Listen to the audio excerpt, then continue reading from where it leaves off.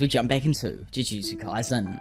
So as we start back out, we find ourselves in the middle of a Japanese criminal trial. It's explained that in Japan, 99% of criminal trials end in a guilty verdict. A young man sitting opposite the newest Chi, Higuruma, who I introduced right at the end of the last video, explains that he had a cat who was lost, and while looking for it, he was confronted by the Popos. Being struck with a difficult choice, the young man decided to flee because his cat would have died, as where he lives, it's the rule that he can't own any pets. We find that in March of 2016, a mother and daughter were both slain in Morioka City.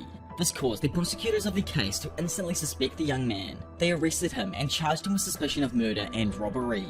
After Kita fled the initial questioning by police officers, they followed him to his home and found a bloody blade. Which is like, bro, why have you got this knife, dude? It ain't exactly looking good for you here. Anyway, once the lab analysis was completed, it confirmed that the blood on the knife was matched to the DNA of the two victims. Despite the outstanding evidence and practically being caught red-handed by the cops, Kita insisted that he was innocent. While reviewing the case with his co-worker Shimizu, Higuruma explains that Kita told him he picked up the knife even though it wasn't his. Obviously Shimizu doesn't believe that could have possibly happened and instead thinks that he fled from the authorities because he was simply guilty. Yet for some reason, Higuruma argues that he only fled because in the past he'd been illegally harassed by police officers, causing him to always be wary of them. He claims he was going to give the knife to the police later because his hostel was sketchy as hell and didn't allow him to call the police there. The reason for this is because his job around the hostel was to care for the elderly who have nowhere to go. Employees in the hostel are given a place to stay and some food, but are only paid money under the table on the new year, while at the same time still being overcharged each month for rent. Obviously, as you could imagine, this affects how all of the residents would live. More than a few of the residents who do live there have criminal records, and ever since the 2011 earthquake, relief fund money started pouring into the region, causing more shady, non-profit businesses to begin appearing. Higuruma believes it's likely that the weapon was actually lying around and Keita indeed is telling the truth. So well, obviously Big Hiruma is a freaking G, man is working on the higher cognitive frequency and is probably the only damn lawyer in Japan that is adamant and taking on the courts themselves. Plus freaking Giga again adding in that 2011 tsunami / earthquake reference there. I absolutely love how it makes us feel as though this could actually be going down in Japan right now, or is retelling an event that actually affected the world over the past few years. Anyways, Higuruma forms a plan to take on the case. He'll continue gathering information while his overworked assistant takes care of pretty much everything else. The sexy, big brain duo go ham, working tirelessly until the day of the trial. Then, on the day, they somehow manage to earn an innocent verdict for Kita. Shimizu is surprised they actually got the verdict, but Higuruma knows the prosecutors will immediately appeal. In a post-trial meeting, Higuruma reveals to Keita that nothing from the robbery that was stolen was ever found in his room, and someone disappeared from the residence soon after the crime happened. Above everything else, Keita also appeared on a convenience store camera at literally the same time as the time of the death. Hearing this, he thanks Higuruma, but the lawyer simply emphasizes that there will be a second trial. Sobbing, Keita specifies that he means he just wants to thank Higuruma for believing in him. However, as per usual at the retrial, the broken Japanese judicial system unfortunately found Keita guilty and the young man was sentenced to life in prison.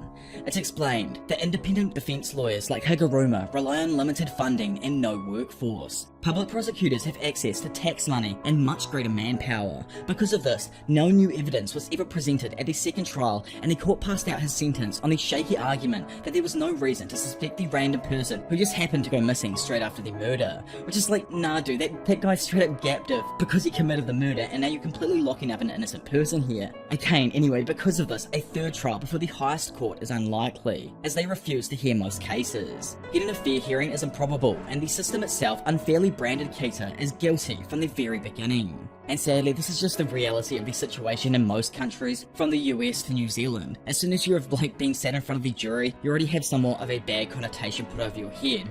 So moral of the story obviously is just don't get yourself in a situation where you're going to be charged with something in court. Obviously you can't always do that, but anyway. Desperate and angry, Keita looks at Higuruma with sorrow and disappointment in his eyes. Standing there shocked, Higuruma just asks himself why his clients always look at him this way. Losing touch with reality for a moment, he thinks back to a conversation he had about his mental state. There, he replied that it was his intention to save the weak.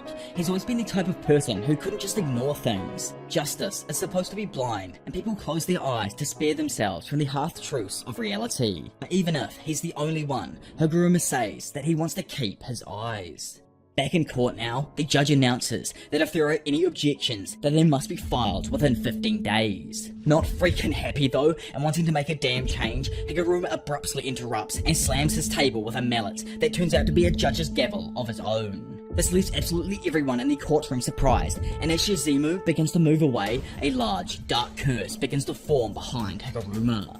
Refusing to allow the trial to end in this unjust manner, Higuruma snaps and tells everybody that nobody is allowed to leave, because now they are having a retrial.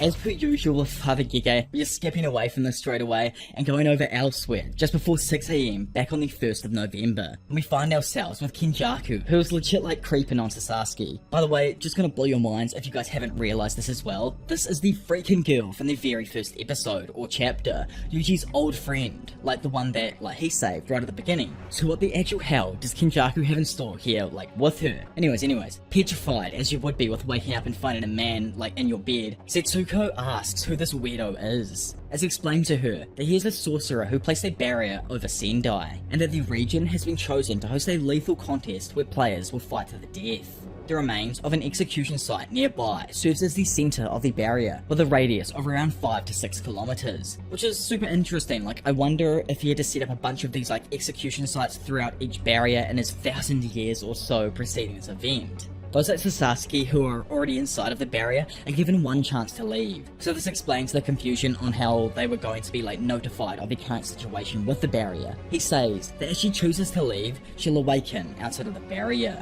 Confused with his wording of just everything, Sasaki questions if she's still dreaming, but Kenjaku replies that the space between dreams and reality is a curse.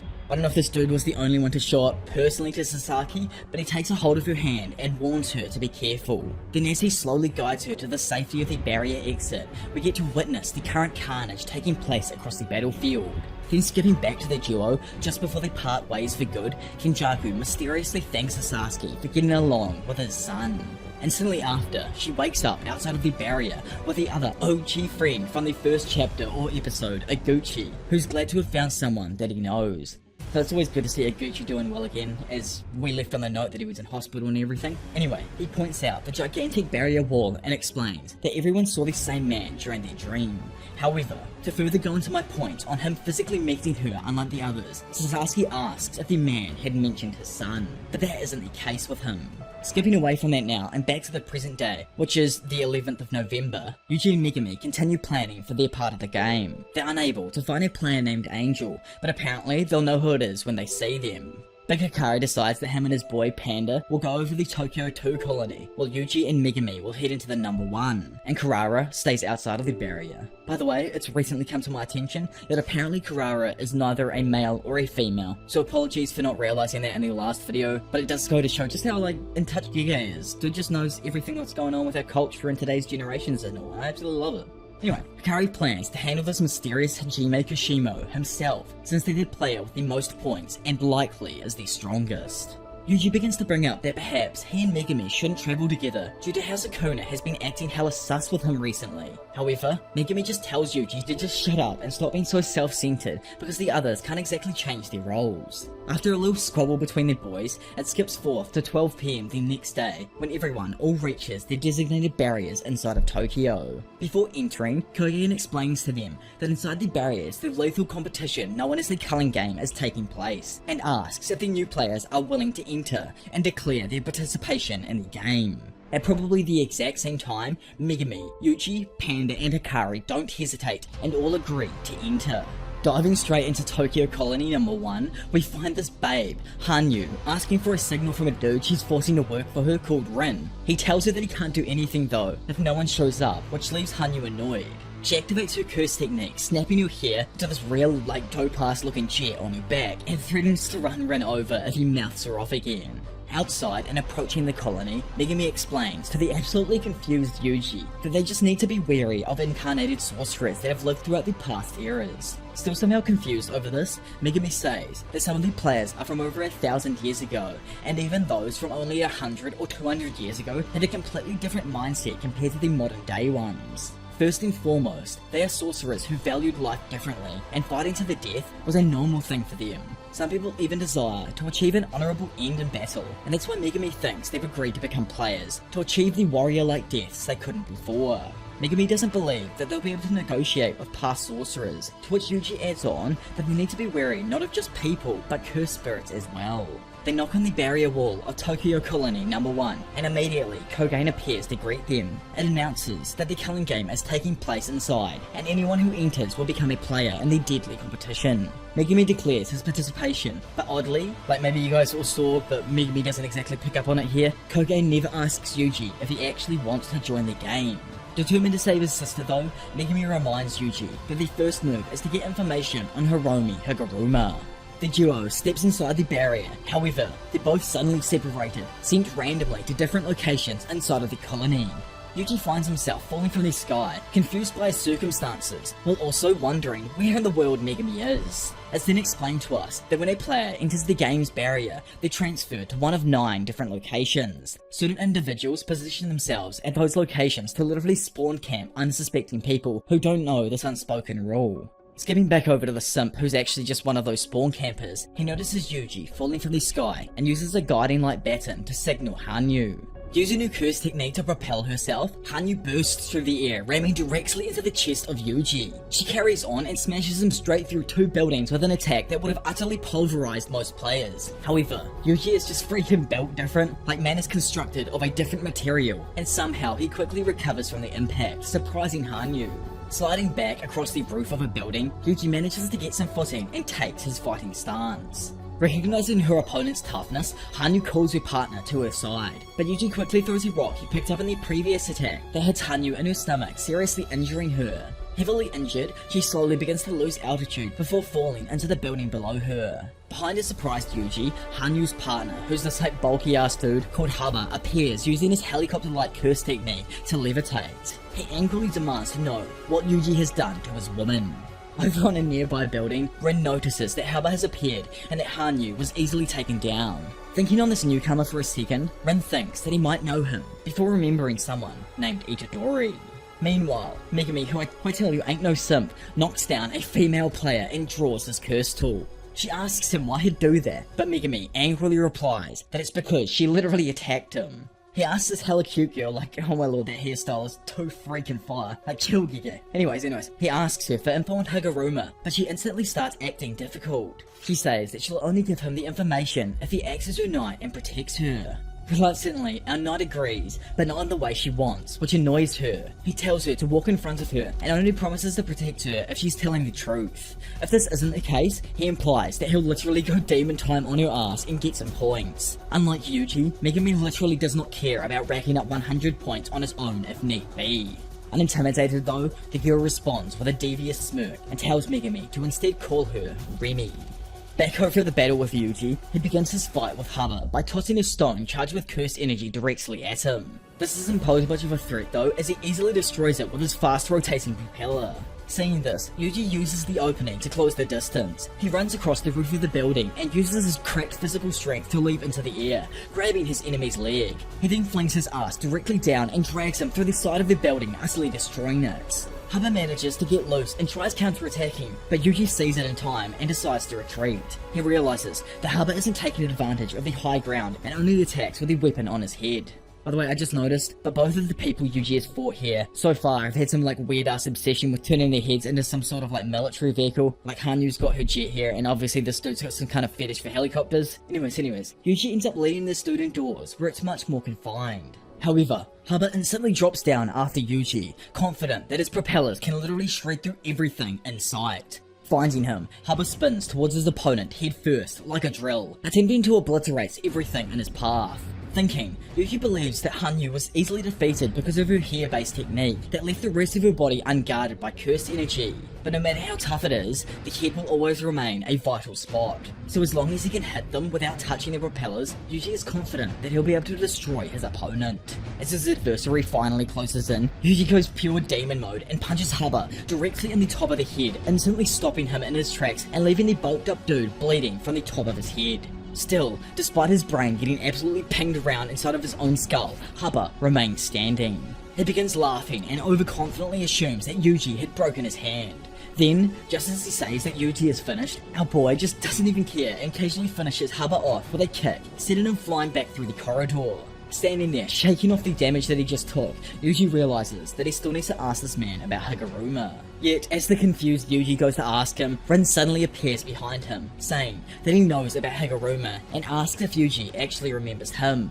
Rin, by the way, is just another random dude from, like, a sister school to Yuji's that Kenjaku has probably done the dirty with. He wasn't friends with Yuji, and Yuji, funnily enough, doesn't even recall who he is here. Rin notices that Yuji is obviously suspicious of him, so he says he really only knows him as the Tiger of West Junior High, which embarrasses Yuji. Back with Megumi, as he walks through the streets of the Remi, he asks her if she's not a sorcerer from the past. She confirms she's from the modern day, prompting Megumi to question her reason for fighting. To which she explains that players who began inside the colony have been experiencing the culling game for 12 days already. She's not participating in the game to win. Most people like her are just trying to survive. Remy claims that she's seen players go mad with power and tells Megumi to stop thinking in terms of time periods as it's pointless now. Hearing this, Megumi realizes that he accidentally misled Yuji with their plans earlier. Due to this, Megumi tells Remy to wait up and reveal where she's leading him. Instantly raging at him though, Remy refuses because Megumi could simply eliminate her after he gets this information, but he argues that he could lose Higuruma's location if Remy ends up dying.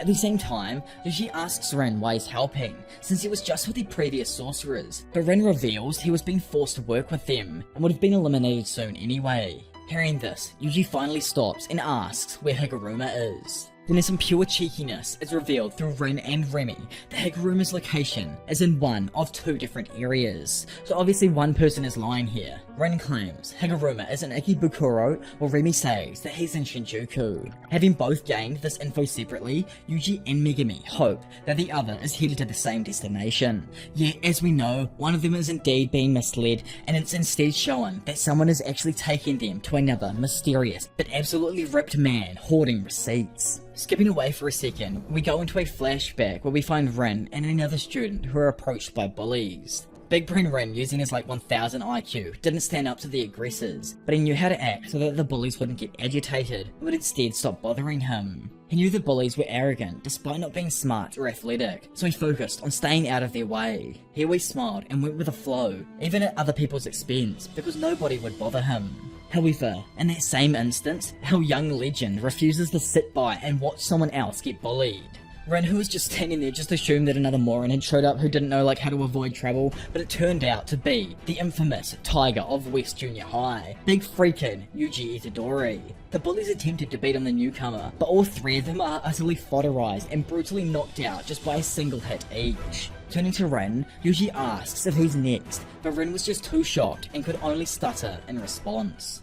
Skipping back to reality, and over with the two lovebirds as they head off at a station, Megumi immediately expresses some concerns about going through Ikebukuro. He believes that they should have taken a more direct route to Shinjuku instead, but Remy argues that the route is simple for her, and she has a base nearby where she wants to rest and bathe. Meanwhile, Rin takes Yuji to a theatre in Ikebukuro that Higuruma uses as his base. Excited to have quickly located his target, Yuji thanks Rin. Concerned though, Rin asks Yuji if he's really going to go inside alone, to which he says that he's in a hurry to meet up with an ally and assures Rin that he'll be able to escape if anything goes wrong. Yuji, like the happy moron he is, skips off into the theatre without a care in the world, while Rin laments, sitting idly by, unable to stop him. After entering the theatre and rolling down some stairs, someone else introduces himself as Reggie. But as per usual with Gige, and him skipping around all throughout this section of the arc right here, he's not greeting Yuji. No, in fact Megumi has walked into an ambush of his own, inside of Remy's so-called base, where another player was indeed waiting for him. Reggie reveals to Megumi that Remy had tricked him, which immediately sends Megumi into an utter rage. Pissed off, he looks back at Remy, who simply tries to taunt him now that she's supposedly safe. Not worried at all though, our female-loving Megumi tells her to shut up, then instantly summons his divine dog Totality, stating that they're wasting his time. Remember how Yuji was just surprised before this? Well, Yuji upon entering the theatre finds Higuruma chilling in a freaking bathtub filled with water while he's still fully clothed in his suit. Man, I love Higuruma, dude. Gets the coolest introductions and honestly looks so freaking clean here. I'm not sure what film as well this is from, but I know for a fact that this whole clothed and chilling in a bathtub is definitely from a movie that I've seen, but I just can't remember the exact one right now. Anyway, laying there in that Belle Delphine holy bathwater, Higuruma claims that it feels better than he expected. We're just like, holy dude, chill man. He explains that he's going off the rails and doesn't care about anything anymore, so he's trying stuff he never thought he would have done in the past. Hearing him ramble, Yuji finds it kind of funny, but since he's the pro tag, he tries to get straight to the point and asks the suited man to talk, but the lawyer claims it costs 5,000 yen per every half hour. Higuruma says that this was just a joke though, because he wanted to play the part of a greedy lawyer for once. Yuji, who's obviously like, yo, what the fuck is this dude on? Quickly realizes that he's not an incarnated sorcerer from their past. Due to our genius Itadori deducing this, he believes that they can communicate and make a deal instead of fighting. But you know, if you go off what Remi's saying, then right now Yuji is utterly stuffed either way and won't be able to talk. Anyways, Yuji reveals his and Megami's points plan, but hearing it, Higuruma declines, because he believes the culling game presents a few possibilities he's interested in. So obviously our ex-lawyer has gone a little bit nuts here with his sudden power, and wants to know more about the rules of the culling game in comparison to that of societies. Higuruma presents the question of what if the culling game punished rule breakers without charges, prosecutions, or trials. We're fully in that law and order arc right now, boys. Japan's rogue lawyer recognises that the rules of the game aren't perfect, but he still wants to preserve the basic mechanics of the game and see the curse technique removal process for himself. Yuji, who's probably like, just chill man, tries to get Higuruma to understand that the culling game is a ritual for sacrificing everyone in Japan, but he just doesn't believe it. Instead, he points out that the culling game's rules celebrate permanence, something Yuji can't argue with because he literally doesn't even understand it himself. Running out of options and patience, Yuji, like the musclehead he is, opts for his own form of persuasion. Getting ready to throw some freaking hands, he demands that he let him use his points. However, soaking wet, just like myself after reading this arc, Higuruma stands up out of the tub and asks Yuji if he's ever killed anyone. Then armed with the gavel in his hand and his shikigami by his side, Higuruma claims that it feels better than he ever expected. Standing opposite him, Yuji knows Higuruma has eliminated at least 20 players. Because of this, he decides to stay on the defensive to anticipate an attack. Unexpectedly though, Yuji is caught off guard as Higuruma instantly activates his domain expansion, Deadly Sentencing. Noting the immediate danger, Yuji rushes the lawyer and tries to attack him before the curse technique can activate. Yuji throws a head kick, but his foot slows and stops right before it can reach his opponent. Higuruma explains to him that his domain forbids the use of physical violence on each other, which causes Yuji to be transported back to the other end of his courtroom. Judgment, which is the name of the Shikigami, begins stating that Yuji is under suspicion of entering the pachinko parlor on July 16, 2017 in Sendai City, despite being underage. Yuji isn't sure what's happening at first, until he remembers the parlor the Judgment was referring to. As per usual, Yuji literally can't lie and makes it pretty obvious that he has been there. Higuruma explains that Judgment knows everything about everyone in the domain. It's explained that Higuruma isn't privy to all of this information beforehand, and the verdict is solely decided by the arguments presented in this courtroom. Additionally, as a confused Yuji reacts to this, some evidence in a folder randomly appears that's been submitted by Judgment to be looked over. It's not necessarily conclusive, but our boy, who physically cannot lie, won't be informed of what's inside either. Instead, his goal is to defend his case and dispel all doubts to win an innocent verdict from Judgment. So yes, well, you all thought the perfect preparation arc was crazy with some of the techniques like Remi's and how they all worked, but I can tell you for a fact that Father Gege was just warming up his holy pencil right there. Like my brain writing these scripts sometimes and figuring out how these techniques exactly work is mental. Everything just feels so well thought out with him. Anyways, this trial-based curse technique makes Yuji realize that he's being prosecuted by an actual lawyer.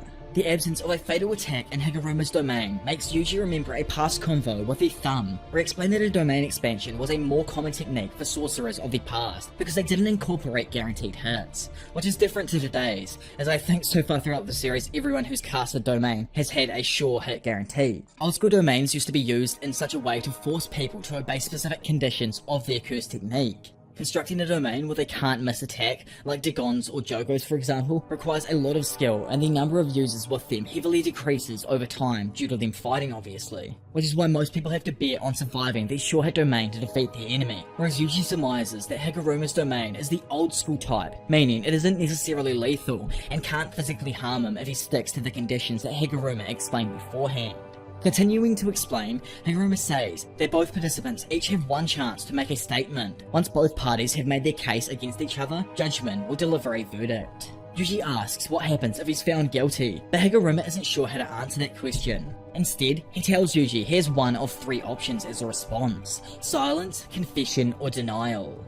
Surprised, Yuji asks if it's fine if he lies in court, to which Higuruma points out that there would be no need for trials if everyone was just honest in the first place, then tells Yuji to hurry his slow ass up and make his statement because Judgment is impatient. Taking a moment, Yuji thinks about how to properly defend himself. He knows that he did go into the pachinko parlor that day, and even won on the machines. This means that lying is his way to get off clean, but he isn't sure what the evidence is. After going over all of the hypotheticals, Yuji decides to go with the second option, which was confession, and claims that he only went inside the building to use the bathroom. However, Higuruma is a part of the goddamn Yu-Gi-Oh universe and had set up his trap. He instantly reveals it, retorting with the evidence, which turns out to be a damn photo of Yuji inside of the parlor using a cash exchange. Absolutely dumbfounded with his own stupidity, Yuji face palms, while Seto Kaiba himself adds that after gaining all of this evidence, it puts his supposed restroom story into question. Because of this, he states that he's certain Yuji entered the pachinko parlor with the intent of playing on the machines. Yuji, trying to be cheeky, asks the lawyer what law he's breaking in, to which he's explained that the premises forbids the entry of minors. Currently in Japan, there aren't any laws for actually punishing those minors over this, but it's still considered illegal. Puzzled, he states that this is an unfair trial.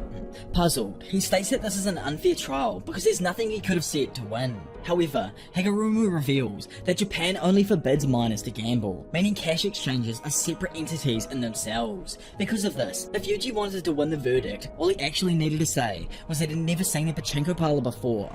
Having come to a conclusion, Judgment finds Yuji guilty, sentencing him to confiscation. Finally, we can stop with all the yip yip and get to the proper beatdown material. And like, y'all don't realize this, but after this fight here, we don't see Yuji for an extremely long time, so savor this fight before we move on to some of the newest and coolest characters in manga. Anyways, so randomly, the domain is dispelled and Judgment disappears. As it does so, Higuruma immediately attacks by throwing his gavel, which connects with Yuji's arm, dealing way more damage than it should have.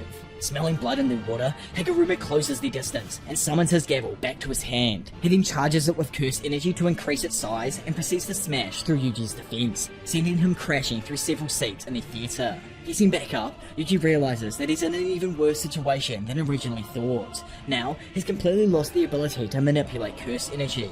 But honestly, Higuruma probably got the worst matchup here, as we all know for a fact that our boy's physical strength is so damn broken it's comparable to having a freaking heavenly restriction on himself. Continuing to attack, Higuruma launches and smashes down his mallet atop Yuji. Seeing it in time though, Yuji jumps back to avoid it, but this insanely big brain lawyer makes the gavel appear in his other hand, allowing him to quickly attack yet again. After the barrage ends, Yuji, who had narrowly managed to dodge, tries to counterattack with an elbow, but Higuruma, instead of switching hands like he just was, now morphs the shape of the gavel into a flexible hook, which manages to wrap around Yuji's elbow before tossing him away.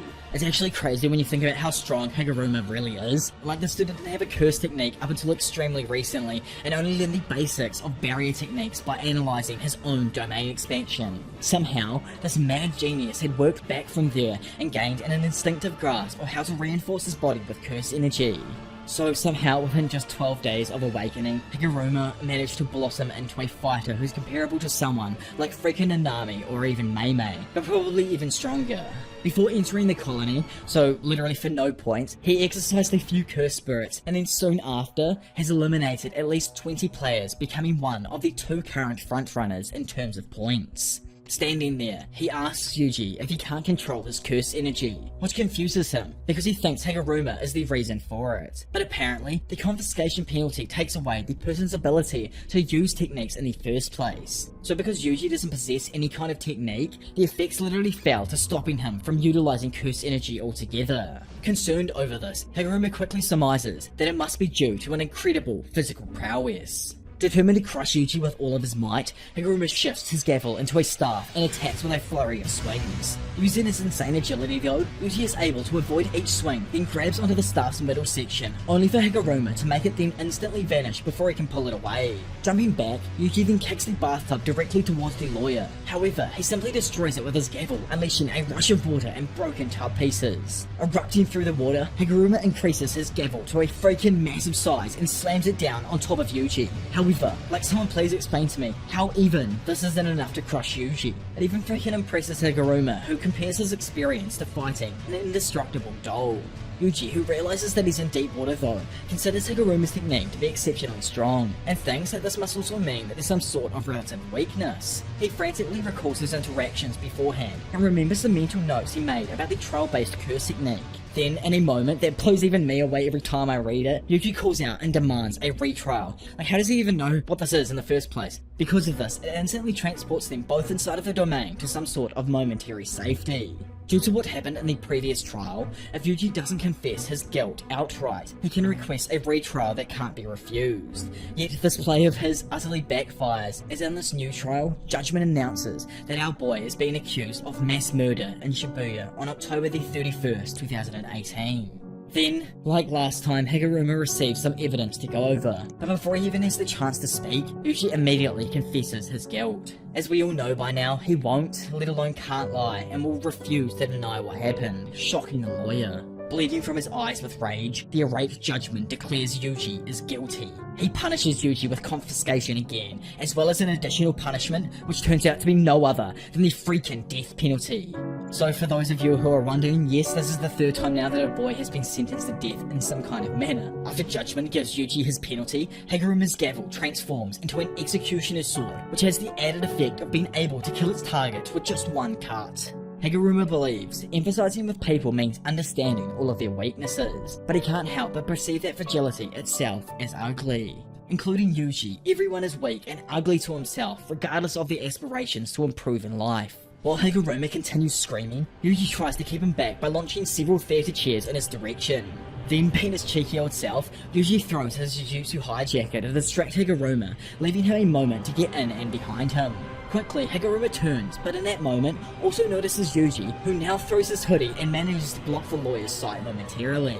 Dropping to the floor, Yuji throws a sweeping kick, but Higuruma, who's somehow able to keep up, is able to just jump above it. As he floats there, Higuruma prepares to land his final blow with the executioner's sword, while Yuji below prepares to land an uppercut. In the usual manga fashion though, we get absolutely cucked as it goes away into a past conversation between Mr. Yoshikawa and our current mentally insane lawyer. There, Higuruma refuses to become a judge because he felt like his ambitions in life weren't good enough. As explained, it is reminded of this memory because Yuji, for some bizarre reason, confessed to a crime he did not commit. The evidence in the retrial was about Sukuna's massacre, and Higuruma knows that Yuji wasn't the one who committed that crime, so he can't seem to understand why Yuji would confess to something that he didn't do.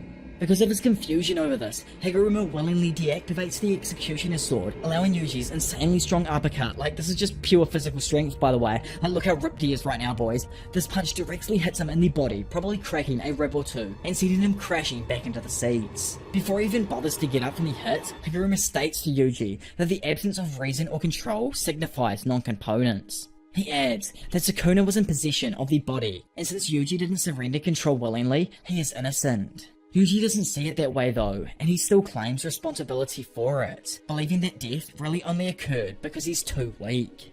Yuji, who's still confused over why he deactivated his technique in the first place, asks him so.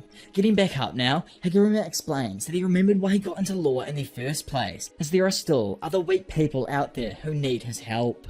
Higuruma invites Yuji to sit down after he's gotten his clothes back on and agrees to give him his 100 points. However, before he does so, he asks the young sorcerer if he's ever killed anyone on purpose, to which Yuji somberly responds that he has. Then, in a quick flash, we see the moments preceding Kita's trial and how Higuruma had brutally murdered the prosecutor and judge. Thinking on this, he asks Yuji if he felt awful about it as well.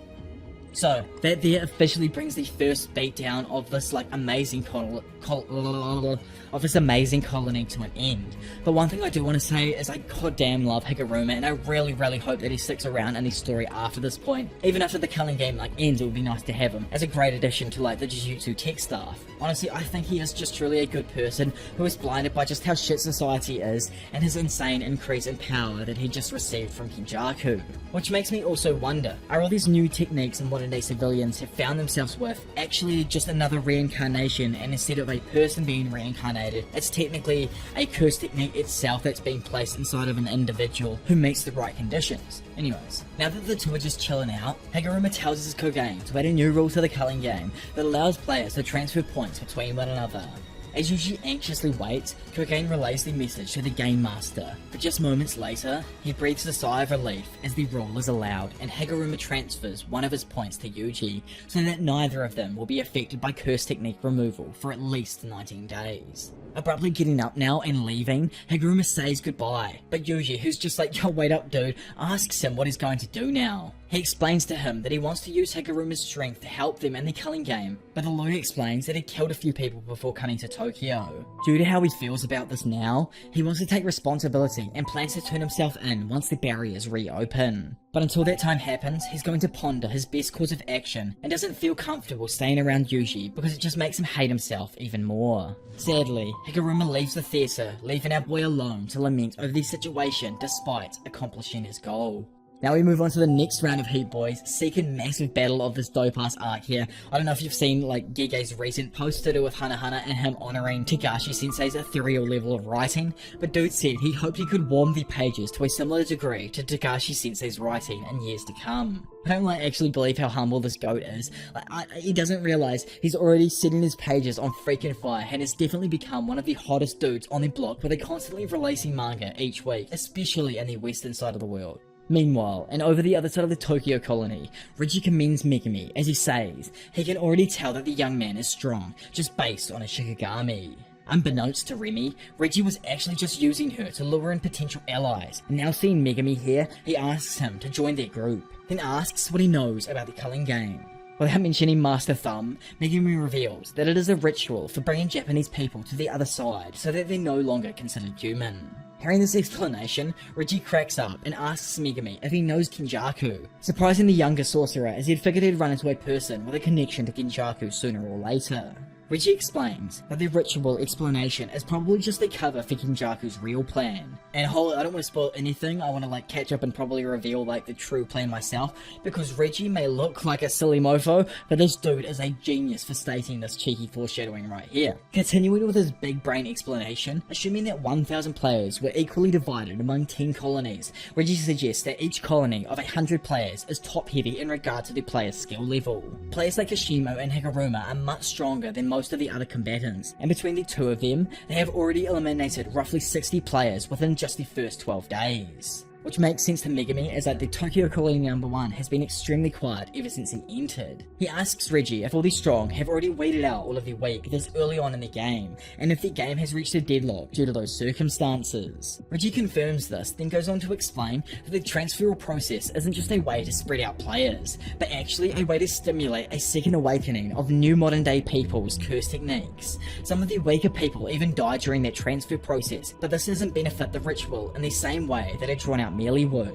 Reggie then drops a freaking bomb saying that Kenjaku is currently overseas in China, meeting with the government officials there. So yo, was that Beijing? I don't know what Mr. G and his boys are doing over there, but anyways, he explains that he is pretty certain that Kenjaku will drop his own metaphorical bomb on all of the players once only the strongest ones remain. At that point, Reggie believes the Culling game will have served its purpose, so for now he's just focused on gathering strong allies and storing points. Megumi asks how Remy fits into his plan, because he's obviously a weakling with no value. To which Reggie clarifies that Remy is useful for luring in people, as they tend to drop their guard around a woman.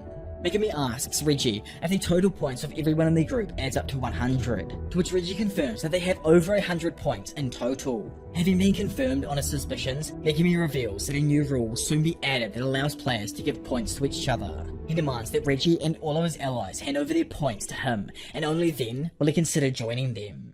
Immediately, Reggie is like, oh well, I guess this talk is broken down, causing a random fodder player to shoot out behind Megami and try to attack him with a set of claw hands. So obviously this dude is another of the guys I like to call body modification curse users. With Yuji we had the cat dude and of course the rocket hair girl. Now we've got Clawman right here. Megami manages to slip into this dude's shadow. Then as this divine dog attacks Reggie, he reappears from below the fodder Clawman, picking him up and simply throwing his ass off the side of the building.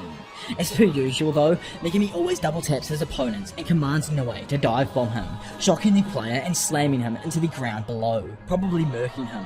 Back in the building, 2 kitchen knives are suddenly shoved into the divine dog's mouth, incapacitating the Shikigami. As Megami turns back, Reggie says that he knows what he's up to, and warns his adversary he'll die if he doesn't fight for real. On cue, a random eye suddenly appears over the side of the building next to Megami and abruptly detonates, causing an explosion which almost takes out even Reggie. Above them, we find a player named Iori Hazunoki, one of Reggie's allies and another of those body modification users. The now one-eyed sorcerer begins breaking off some more of his teeth while asking if their target is dead. However, Megami is seen quickly darting out of the smoke and immediately avoiding a follow-up attack sent by Remy. He manages to grab her hair and slams her onto the ground. Aggressively, he asks her if she's had enough, but before she can answer, Hazunoki jumps down from the floor above and tosses his teeth at Megami. At the same time, Reggie also sends through a few receipts that transform into gas and splash all over Megami, soaking him. Then, in some crazy-ass combination with the gasoline, Hazunoki detonates his teeth, resulting in a massive blast that erupts through the top of the building, seemingly taking out both Remy and Megami. Exiting a room, Reggie asks if they're finished, but Hazunoki says he saw Megami duck into another room to avoid taking damage. Inside of that said room, Megami moves a door that he used to protect himself and Remy and asks her if she understands now, as the explosions could have easily killed her as well, proving that she's completely and utterly disposable. Megami tries to leave her behind, but Remy attempts to stab him again with her hair. Then instantly switching up, she desperately begs Megami to say that he likes her and that he will protect her. Disgusted, Megami realizes that Remy is the type of trash who only cares about words rather than someone's actions. Chizuru, so remember that random dude Megami disposed of right at the start of the scuffle? Well, it turns out he didn't actually die, and stupidly the man decides to rejoin the battle. He compliments Megami for getting the better of him before, but notes that the student must be in rough shape now. He mentions it was a pain scaling the building, and hearing this, Megami is like, yo, what are you dumb dude, why didn't you take the stairs? Suddenly, both of their Koganes appear and announce that a new rule has been added to the culling game. So this is obviously the point in the arc that Yuji and Higuruma's battle ends, with them finally adding that new role. Surprised and reinvigorated, Megami smiles. Instantly, he restarts the fight, kicking the fodder full back and summoning his prolific Max Elephant, which materializes inside of the building, completely destroying the upper floors as it comes thundering down. Sticking with lightning itself, Megami then uses Noe to catch himself, allowing him to mount Chizuru in midair. After getting on top and still falling, Megami slashes his face over and over with the hilt of his sword before jumping off and kicking him into the ground below. Having crashed heavily into the ground, Chizuru curses Megami. Yet, before he can even get up, Megami, who ain't no damn Yuji, simply slashes his face open with his sword and eliminates him. For a moment, Megami questions what he's doing because he'll need more points in the future, but quickly refocuses by reminding himself that Tsukuyomi won't have to participate in the killing now. As Kogane rewards him with 5 points, Megami reaffirms to himself that he just needs to deal with the difficulties as they come. Descending down to ground level where their opponents is, Reggie is left surprised and even embarrassed by Chizuru's lack of skill. Back with our boy, he notices that he's still outnumbered 2-1, and is now feeling the effects of the first explosion. Thinking on what to do for a moment, he deduces that he can't flee or use his domain expansion because the environment still isn't compatible with his technique.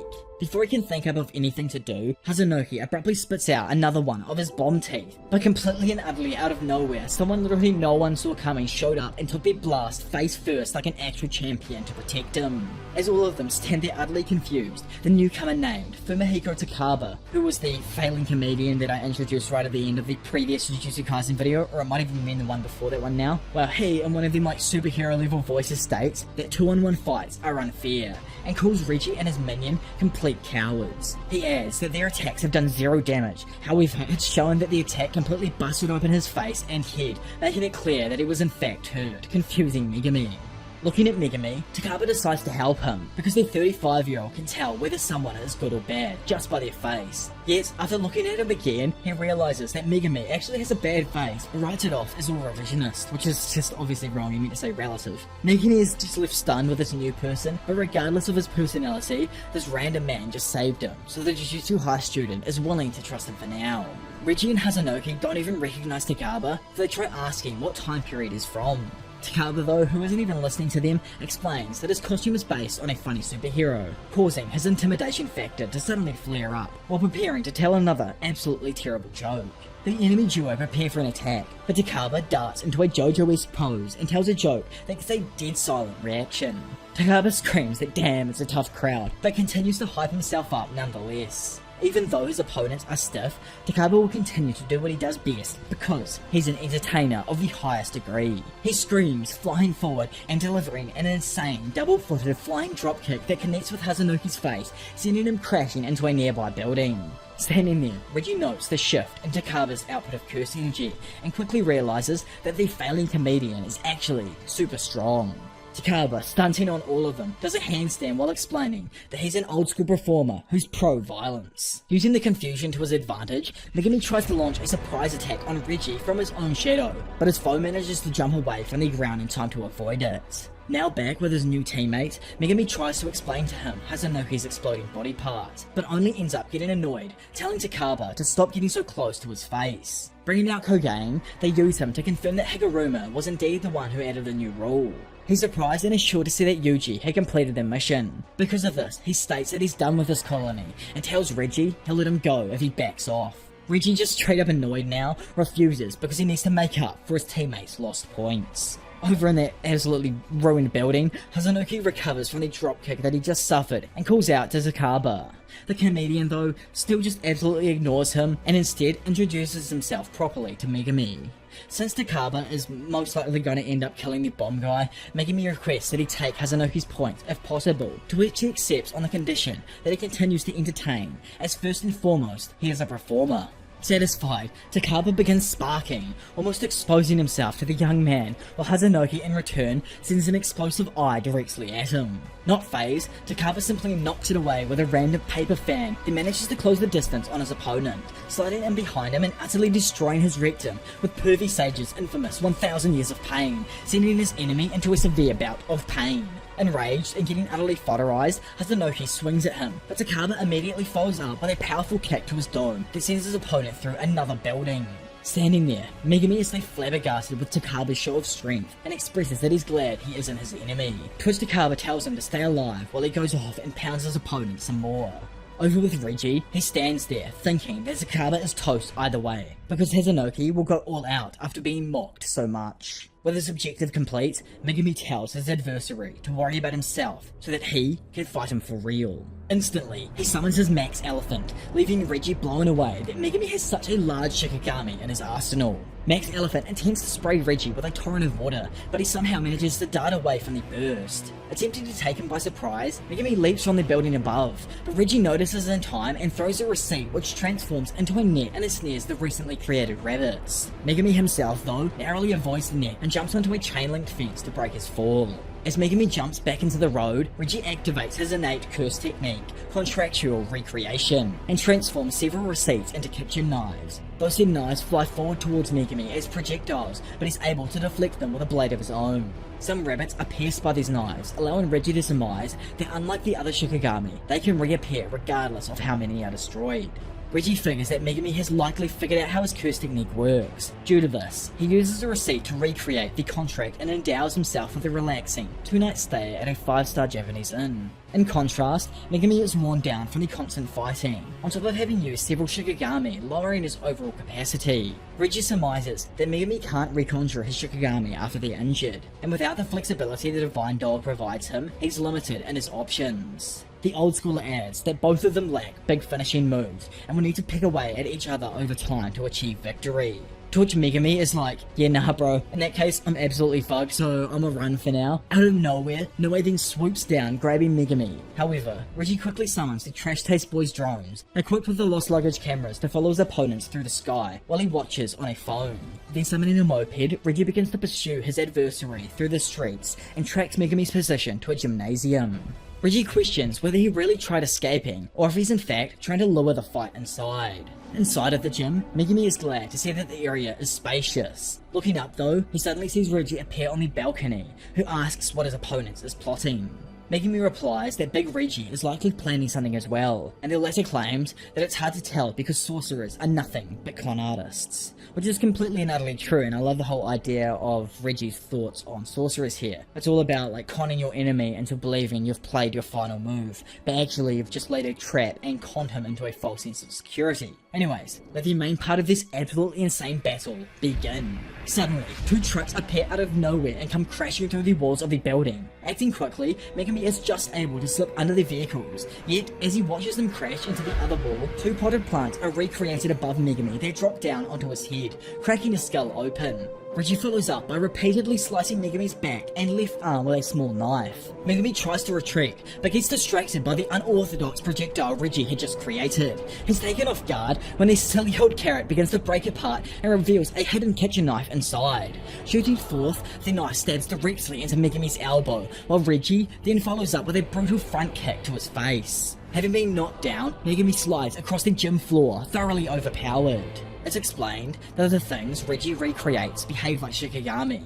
Obviously knives and other things like that can't normally fly through the air, but Reggie is able to get them to do so with a single command. Big freaking Megami though, a man made of a much darker material, responds by stating that barrier techniques are difficult for him, and he's simply unable to make an artificial environment over a real one. However, Megami doesn't need to physically create a barrier.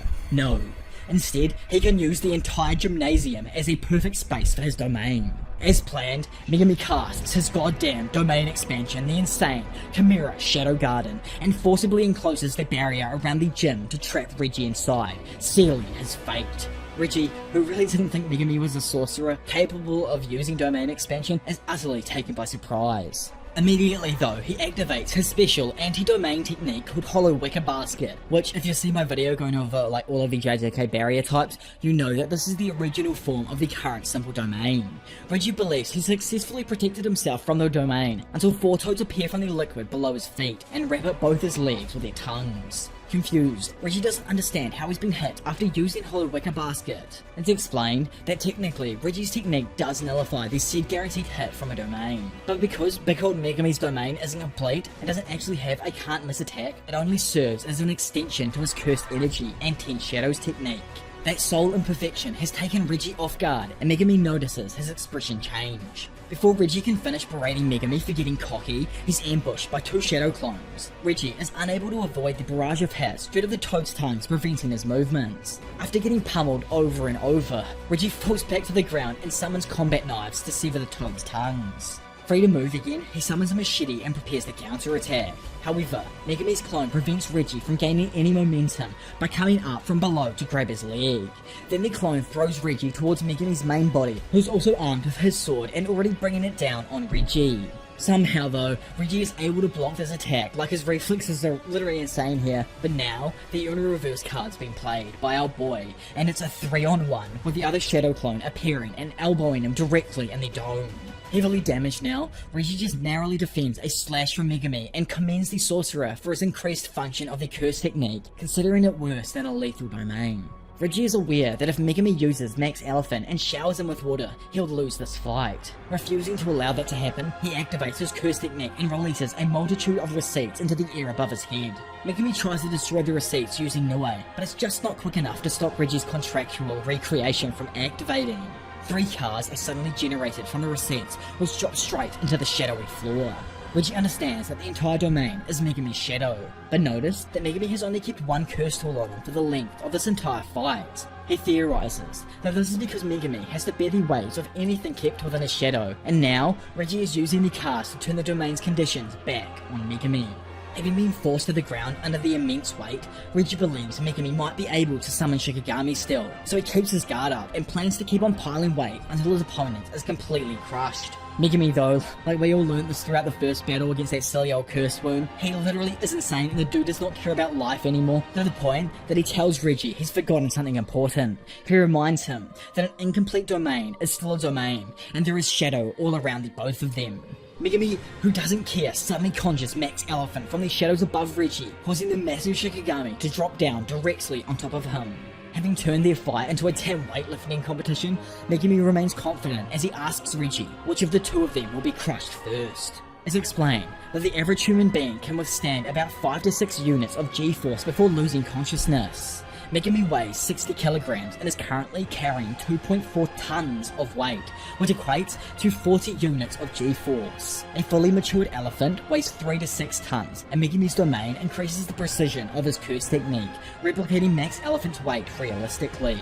With that intense weight falling atop him, Reggie fractures his right fibula and heel bone due to the pressure alone.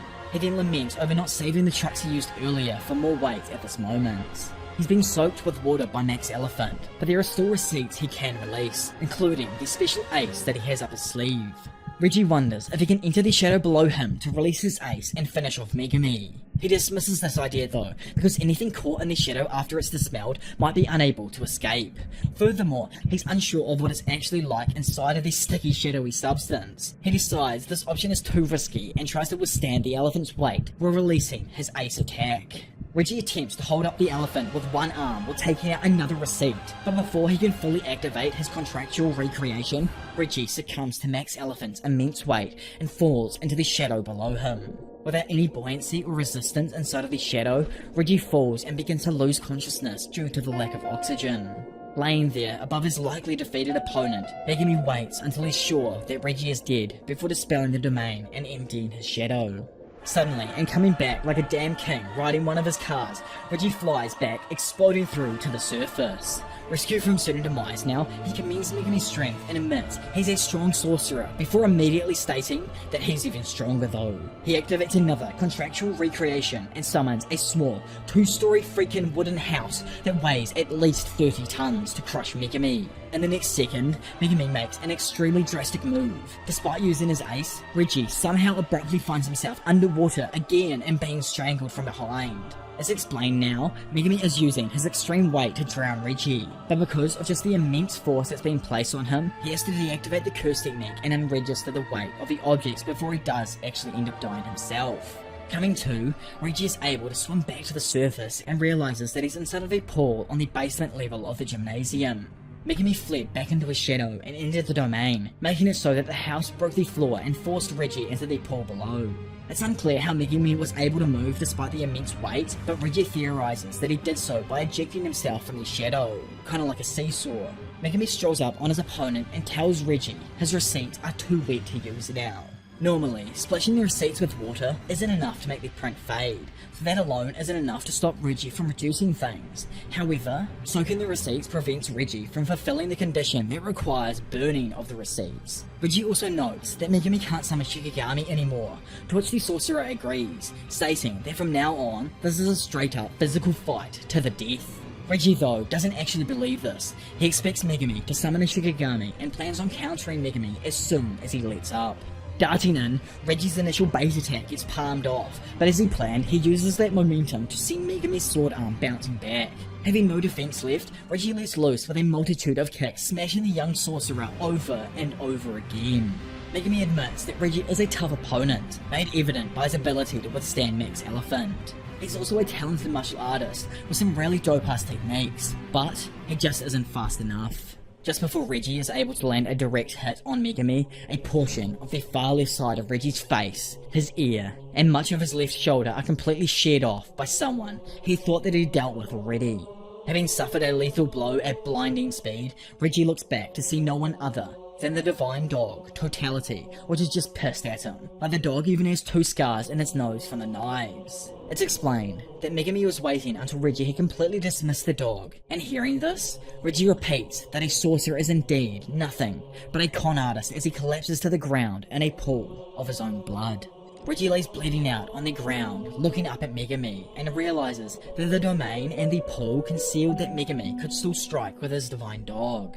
Megumi didn't flee into the gym using No.1, instead he'd lured Reggie inside. Standing above him, Megumi inquires as to what Reggie's relationship to Master Tenkin is. It's shown that there really isn't much of a relationship. He only knows him as the hermit who is immortal, and isn't surprised to find out he's still alive at this time. Defeated with dignity, Reggie tells his Kogan to transfer all 41 of his points to Megumi, which our boy is a little annoyed about, but Reggie tells him to just consider it a good deed before death. He adds that he's just a spectator and isn't close with Kenjaku at all. With his final words said, Reggie tells his executioner to let fate toy with him before he also dies like a fool.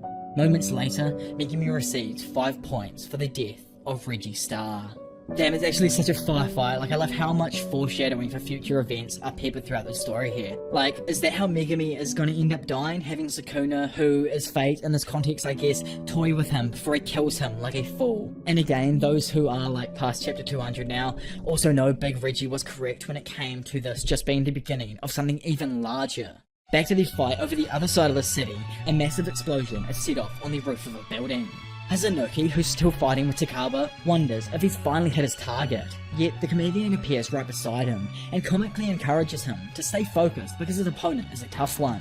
Continuously irritated by Takaba's antics, Hazunoki tries to punch him, only for his fist to slide off this new dude's weird, saucy coating. Hazunoki is just frustrated by this fight as he doesn't understand why Takaba won't take any damage regardless of how many times he gets bombed. Kogen interrupts their battle for a moment to inform them both that Reggie has been eliminated. Surprised, Hazunoki decides to walk away from the fight entirely.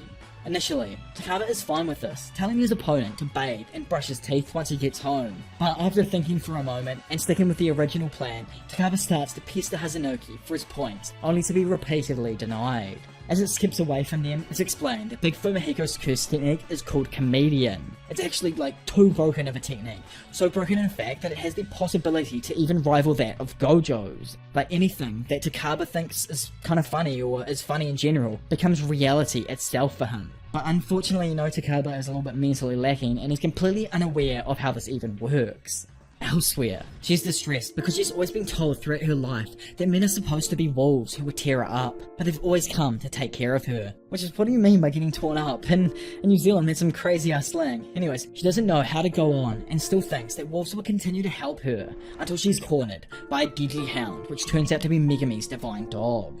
Before Megumi can make good on his threats, Tsukumi's voice randomly appears and tells her brother to stop before he kills someone in cold blood, causing his divine dog to disappear, and Remy surprised that she's been let go.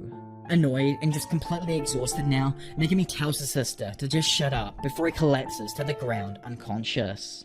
Just as this happens though, literally something I didn't even think happened throughout this arc happens. No one other than the angel herself, Hana Kurisu, descends upon his body.